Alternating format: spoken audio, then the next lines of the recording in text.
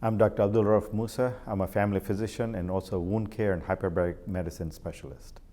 I've been on several missions on my own itself, so this was along the same line regarding the situation itself, regarding the appearance of the areas, but the big difference was the people itself. This time it was much different because I've never seen humanity so degraded by either some political group or a government type thing. I've never seen that loss of control by a humanity in a way, or aspect of human culture based on religion and that. Human nature there, they felt like they're defeated. They have been taken advantage of. They've lost all their belongings, their livelihood, everything has been gone for them. So that is one of the aspects that I saw that really upset me more than anything else. We saw a lot of common things such as upper respiratory infections, skin infections because they're walking around barefooted in a lot of situations. We saw a lot of dysentery, pneumonias, and there are other things like diabetes, blood pressure problems, cholesterol problems, stroke situations. So those are the most common things that we saw.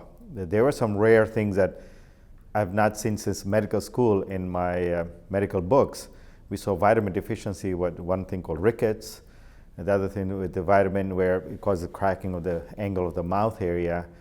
We don't see that in America, really. But I still remember from medical school, even though it's been ages along, but I was just amazed that I was able to see that. And the number of people with goiters, which we don't see too much here because we have iodine supplementation in the foods, over there we saw a whole bunch of people with goiters, really. So that's something that is very unusual, and if nobody's seen that, that's something that they need to put in their mind, that I need to go there to really look at that and help out more, because you're not going to get that type of medicine education over here at all, really. Yeah. So you saw a lot of people with issues regarding the bone and the skin aspect itself. That's the elderly. The younger ones are malnourished because they have not been fed, and babies crying. They don't know, why aren't you feeding me? They have no idea. And what are the parents, the mother or father, or even a stranger? Sometimes we're bringing these babies over. They're just feeding them whatever they had on hand, and it was kind of sad. And I tried to inquire as to what they lived on during that time. Some of them said they grabbed rice, dry rice and dried fruit, and just walked out of the villages and ran. They would, after exhaustion, after a few hours, they would lay down, maybe for about 30 minutes to an hour. Then they'd get up and walk again and again. So that's how they lived for about a week to 2 weeks until they got to a camp. And then they were taken care of by either other people there or agencies, United Nations or other government agencies. So besides being a physician, I had to put my emotions in check because I was there for a thing. I had to treat that illness, that what is facing me. I had to put my emotions. They told me their stories, and I could just shake my head and give them a hug. There's not much I could do, really. And there's so many of them that need this help, and there's so little of, so few of us who can do that. I'm empowered that this mission really has sort of reignited that passion for giving back, the volunteerism as a physician. That's the reason I went into medicine, is to help humanity. So if I can do, the more missions I can do every year, that would actually lift my spirit up, and I'm hoping to lift other people's spirits up. There's one kid, and he was sort of sad, and he was sitting in his grandma's lap, and he had a sore throat and things like that, and I was treating him for that. But I saw that he had no emotion, so I asked the grandmother, I said, "What's the story here? Tell me a little bit more."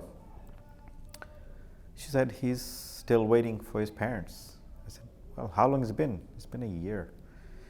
She goes, "When they were fleeing the village, the parents gave their son to her, said, 'You go first because we're going to try to do a few things and then we'll come later on.'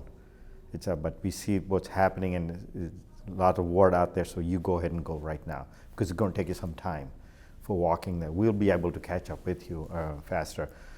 And they were, I guess, supposed to leave the next day or something like that. And they're at this camp, the grandma and the son, it's been over a year. They have not seen the parents, and he still wakes up and asks for them to say, are they here, are they here? And she can just say, we'll just pray and hopefully they'll make it here. We do not know. And then I could see the tears in the grandma's eyes that I think she knows the truth more than him, but she can just give him hope, because that's what he's surviving on. And I try to give him hope by telling him that we, from the outside, are here to listen to you, to help you, and to touch you, to make sure you understand that you're not alone. The world hears you. And we want to shout it out on the top of our lungs to the rest of the world that we are here for you.